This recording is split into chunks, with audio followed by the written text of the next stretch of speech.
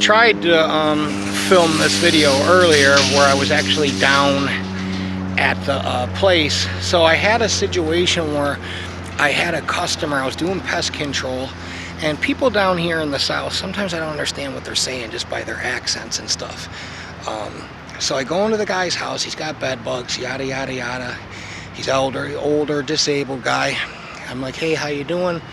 I got a key to get in, da da da da. He's just like, oh, and I'm like, all right. I'm like, well, I'm gonna go spray the bedroom, I'll flip the bed over, da da da da, and then I'll work my way out. And he's just like, oh. So I'm spraying, and then I just go, man, I don't know, this doesn't seem right. So I come out in the living room, and I'm talking to him, and I notice he had like oxygen was supposed to be on, and it's laying in the middle of the room. And I just said, are you okay?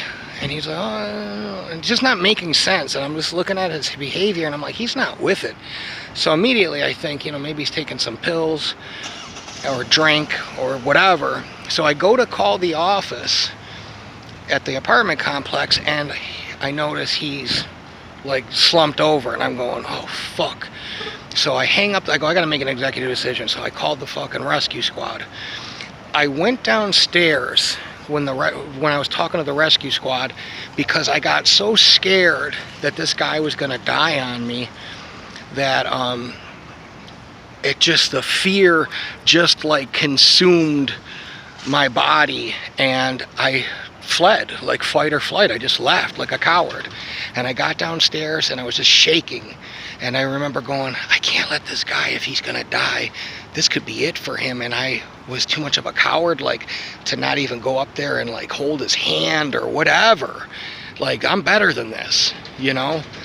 I said, and I was scared shitless. I was like, I don't want to be around this guy. He's fucking, but I said, I don't want him to die alone either. So I ran back upstairs, and I got him, you know, moving around. I gave him a glass of water.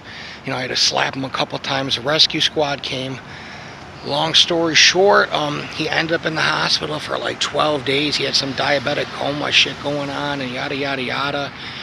And I'm not telling you the story because I saved the guy's life, because I've saved quite a few people's lives. I'm not saying it to brag or anything like that.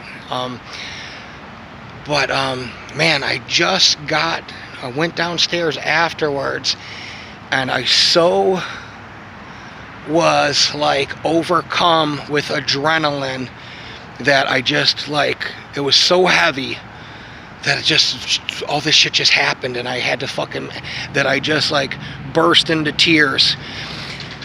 Whew. And I could, you know, talking about it now just drives me crazy.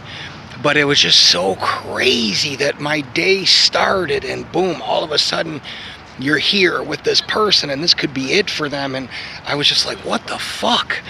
And it just, man, it was so heavy for me. I remember telling the girl in the office, and I was talking to her, and you know, I just started crying talking to her.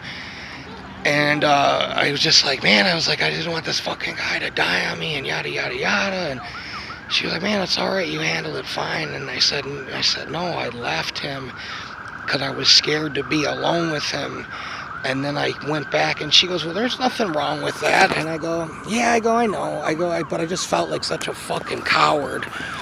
So it's happened to me before that, and I've handled it okay. And I've saved a kid from fucking drowning. But it's just crazy what your body like goes through when shit like that happens. So anyways, I just wanted to tell you that story. I got some other stories we're gonna talk about. I'm here at the Chinese supermarket, and my gym is right down the street. All right.